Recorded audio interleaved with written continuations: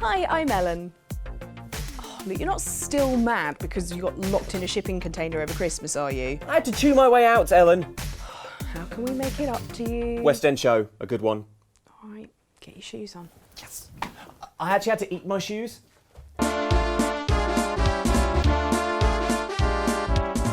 Ready, Luke? I know how much you like Disney. Yeah, I still don't have any shoes. I just don't think they'll let me in without shoes. Show of the weekend, show of the weekend, show of the weekend, show of the weekend, show of the weekend. So, Luke, feeling a little bit better? No. No? No. No, I'm still mad. You'll have to spend all year appeasing me, all of you. Did you do much while you were in the shipping container? Did you play any games? Yeah. Are there any games you want to talk about this week? Smart enough to bring one game and a console and a television. And how did I get electricity? You're probably wondering. Well, I hooked up a generator system whereby I rolled around on the floor. Cycled, that's better. Where I cycled to do a dynamo, and that got enough electricity to do Life is Strange Before the Storm. Oh. Episode 3. You just made a serious mistake. You don't scare me. You're the only one in the world I can trust. Rachel! Which is the conclusive episode of Life is Strange Before the Storm, ending the story of this prequel game. There is another chapter coming out that's going to be some DLC. It's going to have Ashley Birch back doing the voice of Chloe, which is going to be cool, and it's supposed to have Max in it, protagonist from the first game, Max. Fun. Max! That's the time rewinding. Yeah. This was the conclusion of the actual game thing. And I really, really enjoyed it. I think it was a really fitting second game. Prequels are always a little bit weird narratively because you know how they end. Yeah. And I think that's a massive problem that any prequel has to You overcome. did your kind of angry owl face when you first heard about it. You were like, not sure. Well, that was subconscious, but I believe you. It starts out with these two characters, Chloe and Rachel, and you know in very broad and very definite terms, I'm going to talk in a no spoiler way on this, you know in very definite terms what happens to those characters, and that is an obstacle for the Before the Storm to overcome. The other thing is that there are no time rewinding powers, which was the thing of Life is Strange. That was the new thing it brought to the table in terms of a game mechanic. Can I actually reverse time? There you go, Victoria. Why Arbus? It doesn't have that, and I was sort of wondering, are they going to add something else instead? And they sort of do. Chloe has this talk-back mechanic, which basically is a little bit like a rhythm-action argument, where so like someone will say something to you, and you have three options, and you have to choose the most appropriate back chat, and it's the one that's the most relevant to what they said. My boss will kill me if I let you in. Is your boss your mom? Follow up. Do you live in your boss's basement? So if someone's like, hey, your hair looks stupid today, Luke, and the three options came up, and one of them had stupid in it, and was like, no, you're stupid, stupid face. I can say that. And that would be an example of excellent back chat. And if you stupid, stupid face, I did it. Damn. Yes. He'll think twice. So that back chat mechanic is there in place of the time rewinding, but it's really not in there very often. I swear in episode 3, I think I maybe used it once, and it feels like they throw it in a few times in episode 1 so that you feel like there's a new mechanic, and then they're like, just get on with the story now.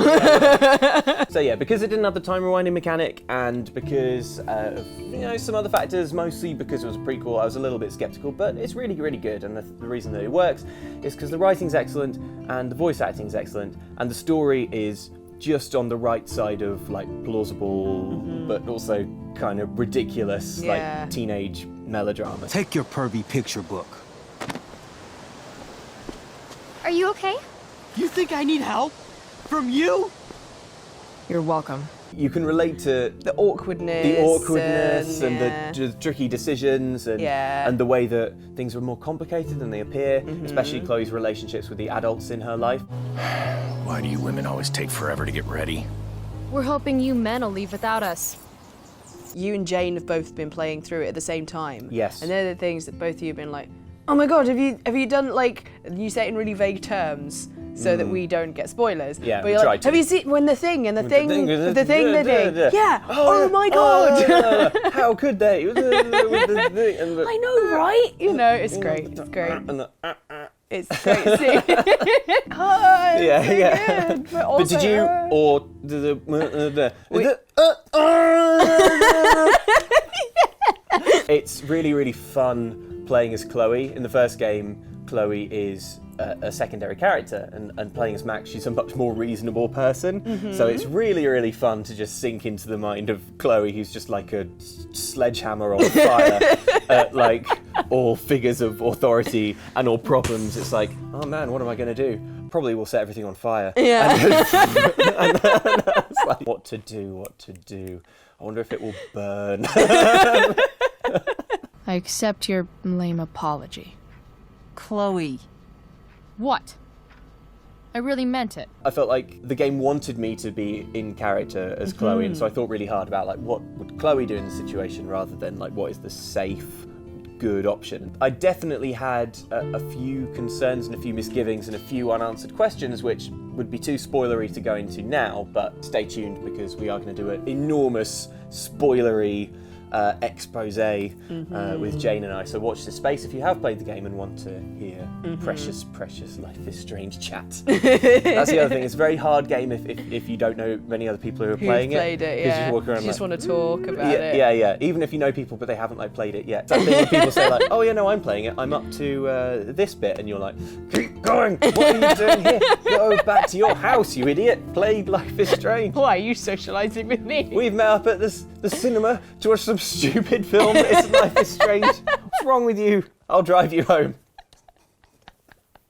I don't think it's as good as the first game, just because that one at the time I'd never played anything like it, and obviously when you're playing Before the Storm, you have played something a lot like it, and as well because it's a bit shorter, there aren't as many characters and not as many choices, but what they have got is a very, very neat, nice little story that does what prequels really struggle to do, is to make you emotionally invested in a way that you weren't previously in characters that you already know about. When I played Life is Strange, I liked Chloe, she was cool, but now I've played Before the Storm, I'm like, She's the coolest. she's the coolest. Yeah, now she's my absolute favourite. Yeah, like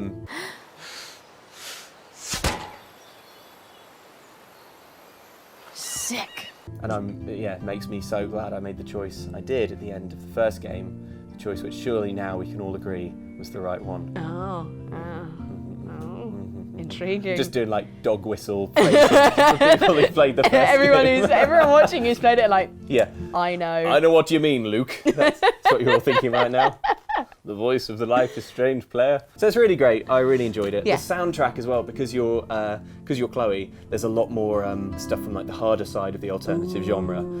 There's a nice bit of Brody Dahl. There's like a track of her album, and I was like bouncing up and down on the sofa because it's a cool game with trendy music. And if you recognise a track, you're like, yeah, I did it. I'm trendy. Yeah, I feel like that with GTA. You turn on a radio and you're like, I know this track. Why do I know it? It's because it's on the old-timey classics. It's like Freebird or something. Yeah. It's like, the kids love Freebird. They had All Saints on the last one. That's true, yeah. Yeah, and you're like, yeah, I did it. I'm moving, I'm coming. I like to make Trevor listen to that. I think Trevor. I think he's an All Saints fan. Trevor canonically just loves All Saints. He's got a secret room in the caravan. It's just like All Saints posters, wax figures of his own making. Anyway, Chloe's taste in music is great. Yeah, it's a little harder, a little edgier, and I like that because the music in the first game was good, but it's more of that sort of kind of peaceful Relaxing. zen thing. Yeah, most of Have it on in the background while you're doing your homework. Oh yeah, it's so good. It's just like background working music. It's so great. I mean, I'll almost certainly have it under this chat we're having now. Yeah. Let's just vibe out for a second to that. Man, life is strange. It is. You know what? It is strange. Life, in a way, is strange. So, Before the Storm, it was good. Yay! Way better than I think it had any right to be. Although, again, with some reservations that we will be intensely drilling into in another video. Bring on Life is Strange 2. I only want to play Life is Strange from now on. I will not be playing any other games. So, But there's another game coming out very soon, What? which No I one told understand. me. which I understand you've got a quiz. Or I have. Not sure how I'm going to segue from Life is Strange into this next game, but it's Street Fighter 5 Arcade Edition. Let's quiz Ellen on it.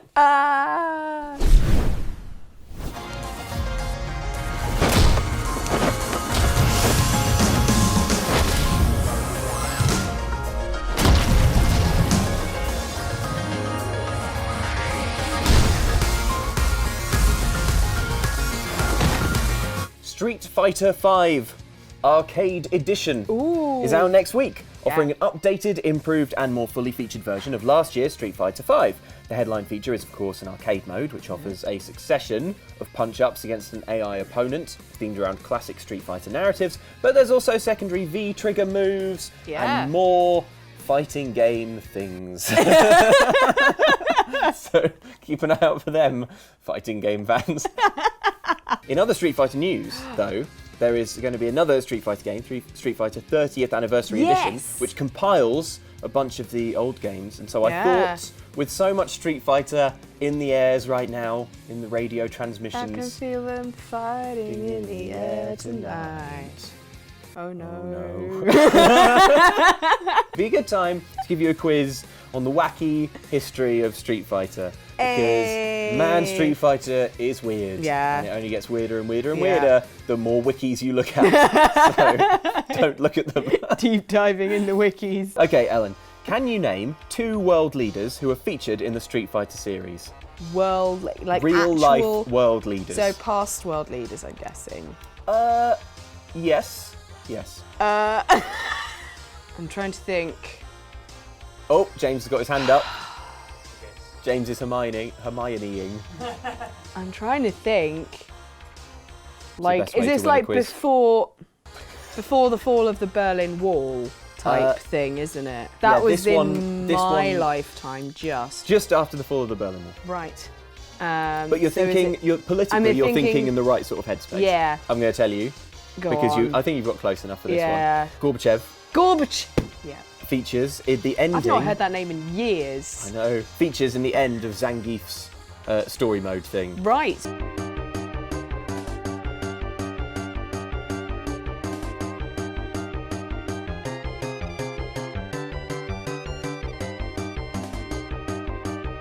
The other one is Barack Obama, features in Street Fighter Online Mouse Generation. Yeah.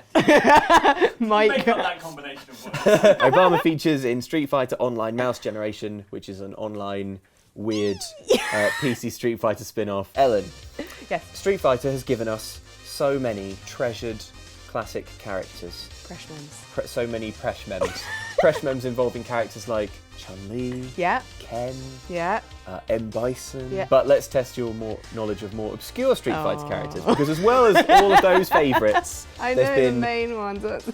well, you're not going to know these because there's a whole load of dreck out there, basically. What I'm going to do is I'm going to show you some of the more obscure Street Fighter characters, 6 of them, from Right. the series' history. Right. And I want you to match them to the following super moves. Great. Okay, first I'll show you all the characters. That's Gil. Gil. Say hello, Gil. Hi, Gil. Hi, Gil. This is El Fuerte. El Fuerte. It's super dynamic cooking time! It was good. These aren't characters who are necessarily bad. I mean, there are some real stinkers. Right. Asterisk El Fuerte is good. How do you feel, Andy, about Remy? Andy does not love Remy. He's being that in the entire series. he's being facetious. Here's unpopular character Remy. Don't write in, Street Fighter fans. Every Street Fighter character is good. He's great. Mech Zangief. It's Zangief, but a mech version. but a robot. Right. You've got it. You see what they were Got it. thinking with that. Yeah. Not defending Mecha Zangief. That's De Capre.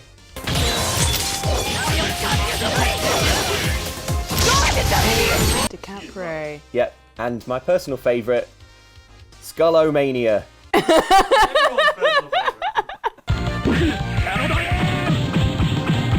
Everyone's personal favourite. I genuinely do really like it. Skullomania. Of course, Andy really likes skeletons. Of course. What does Andy like so much about Skeletons. scarfed skeleton vigilante Skullomania? His theme music. We'll put his theme music under this so you can all enjoy the rich backstory of popular character Skullomania. Okay, Ellen, so you've seen the characters. Yeah. Now I'm going to tell you some super moves, and you tell me which one you think belongs to which. Seraphic Wing. I'm torn between the half blue, half red guy Yeah. and the lady with the laser knife. Because, like, Seraph is like, Angel stuff. yeah, Yep. and he looks quite angelic with Sure that does. hair. So I think it's him. I will reveal your scores at the end. Oh. Who of these characters do you think is the purveyor of the move Fajita's Buster? Well, I think it's probably the chef You one, think it's isn't probably- it? You think it's probably Mexican Chef El Fuerte? Yes. All right.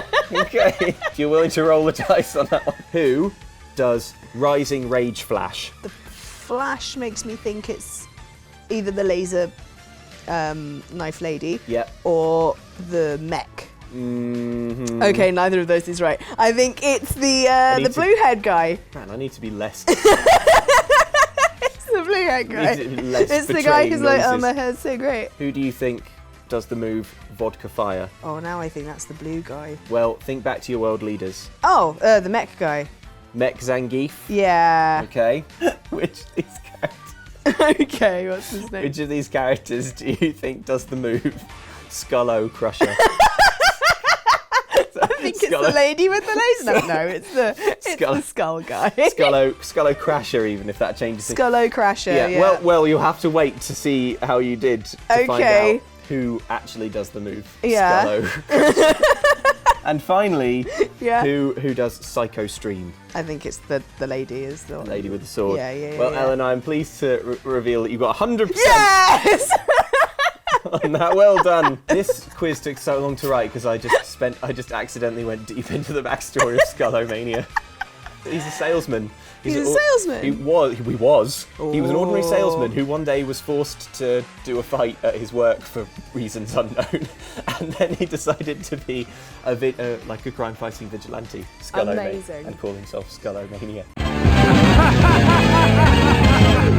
Bring back Skullomania. The grassroots movement begins here. One of Street Fighter's most famous characters is Ken. Yes. Lovely Ken. Lovely. We like him, don't we? One of only 2 characters to appear in every single Street Fighter game. Bonus point, who's the other? Ryu. Correct. Yeah. But Ellen, I know stuff. what did Ken get up to when he was bored of street fighting? Is it A, went to university and became a scientist? B, became a cyber cop? Or C, discovered a strange substance that lets humans live on other planets? They're all so 90s. Yeah, that's true. To become like a scientist. Yes, Like sure. a generic Yeah. scientist. In the 90s, scientists were feared and respected. Yeah. I'll go for the space thing. The space thing. Okay, well, Ellen, in fact, the answer is all 3. Yeah, of course. Of course. Because Ken does all 3 in the Western release of Street Fighter 2010. Andy says it's not canon. In the original Japanese release, the character's called Kevin. It wasn't Ken. Kevin Straker. Yes, but I'm talking about the Western version, aren't I? So it's canon. It's canon here. So Street Fighter 2010 is a game set in 2010. Hang on, let's set the scene with some cyber music. In the year 2010, Kevin Straker is in the service of the Galaxy Police.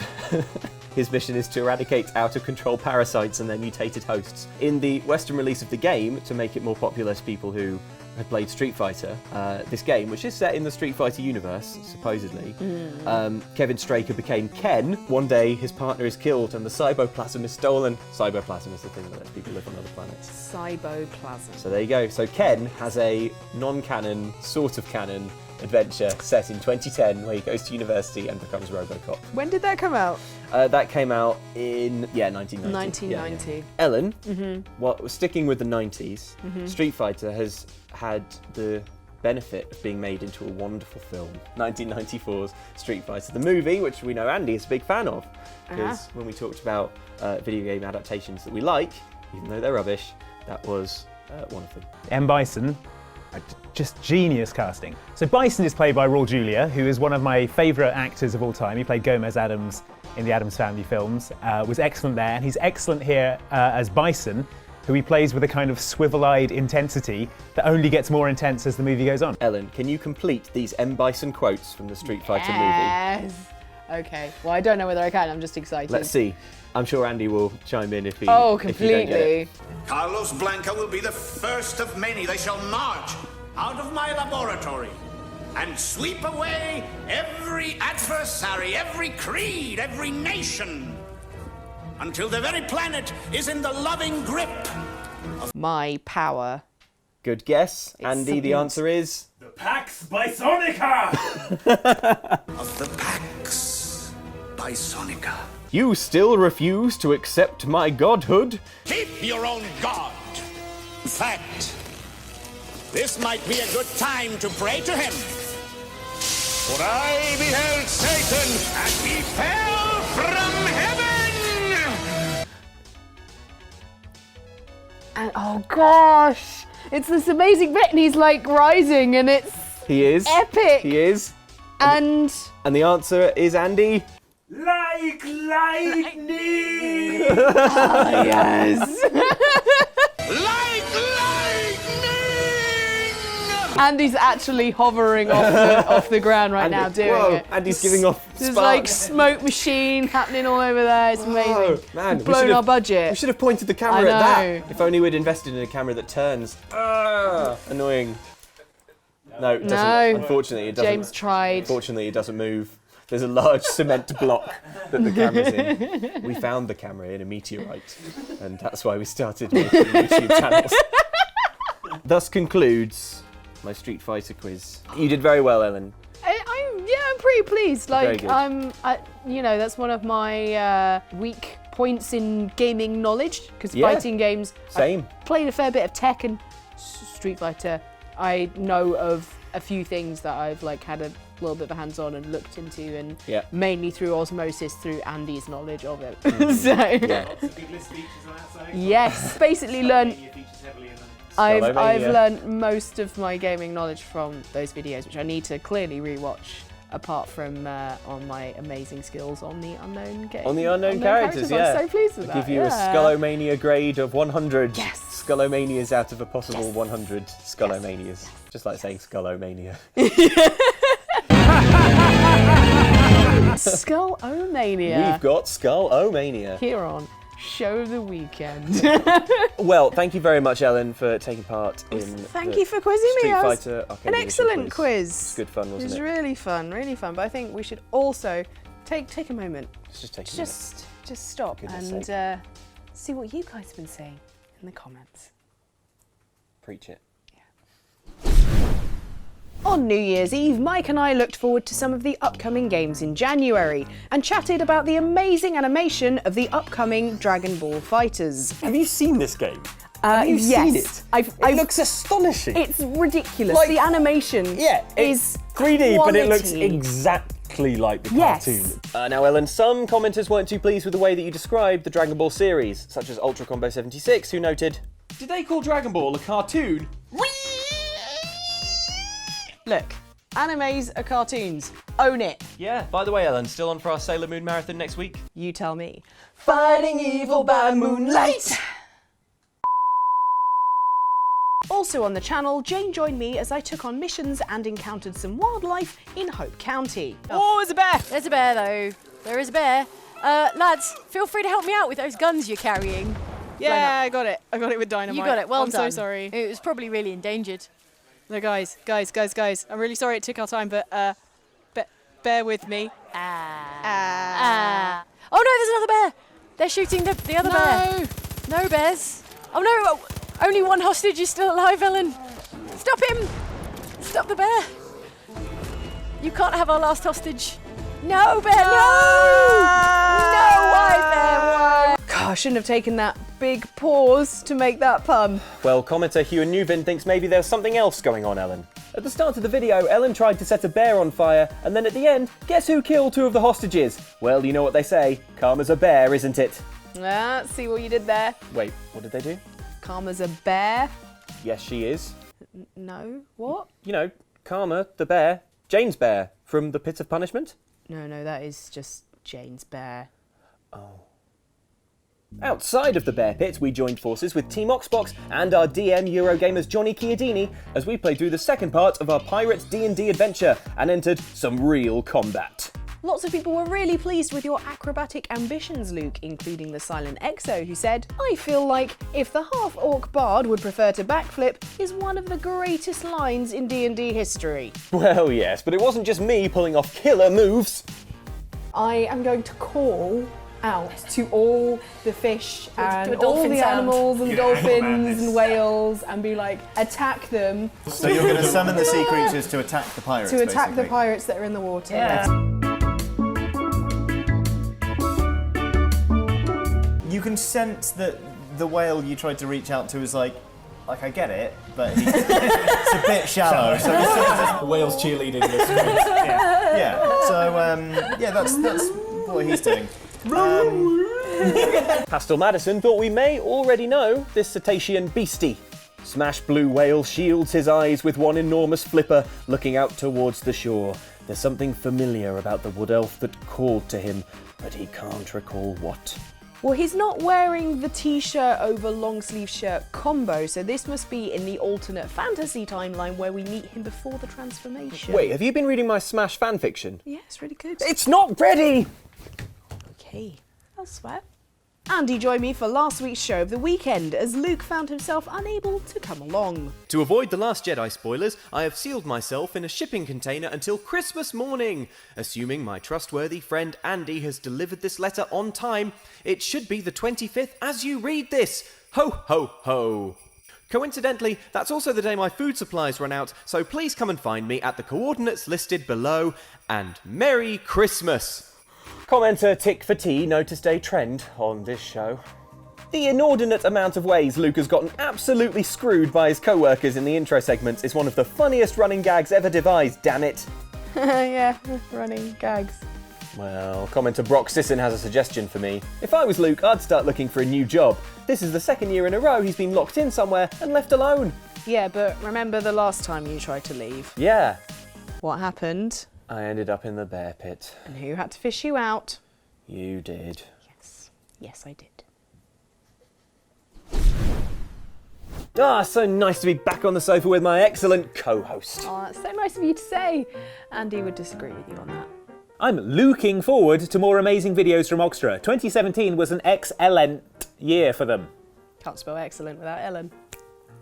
You can. If you spell it with just like an X and then a big E and then an L-E-N and then a big T. Okay. Unimpressed face. Still, it's great to have you back, Luke. Thanks. Oh, God, I'm so sorry. I'm really bad at dealing with long pauses. We even have the award for Luke right here. Unfortunately, he's not in today to accept it, so I'll just look after it until he's back. Okay, sure. Are you sure you're gonna give it back to him and not just hide it away like all the others? Okay. No. I didn't realise you were gonna do such a good pause. That's really good. I was acting. Sorry. Ah, that's all right. None of us is perfect. Luckily, we've got Music Mike to back us up. Hello, welcome back to Outside Xbox, where you're watching the first show of the week of 2018. I'm still Andy. Sorry, forgot about the still. I'm still I'm still Andy, better than ever was. The new survivor. I don't know all the words. It's the end of the show of the weekend. It's show of the weekend. It And has we to be like pinball. So goodbye, all of you guys, 'cause it's the end of the show. You can't keep me in your penthouse. Right? Yes. That's such I a good enjoyed song. that rendition. Might be the best Elton song. Yeah. Specifically my cover just now. We have something very special that you guys can do though, to take your mind off the fact that it's the end of the episode. End of show the weekend. But if you're in London or can get to London on the 7th of February. In the evening, starting about late 6:10, we will be doing the Vault Festival in London. So it's by Waterloo. We're going to be doing a live D&D campaign session. Live Merylwind. Yeah, we're going to be dressed as an elf, pretending to be a cat. That's my life. It's going to be good. All profits go to charity, so if you can make it, do come along. We'll put link to tickets where you can buy tickets in the description and the channel comment and stuff, so we'll make it easy to find. Yes. So do come along if you can. It'll be awesome to see some of you down there. That'd be great. But thank you very much for watching. Yes. There's loads more show the weekend to watch if you enjoyed this and you want to watch something else. So much. Get stuck in. Get stuck into that. And we will see you guys next time. Comment, like, subscribe. Skullomania. Thank you.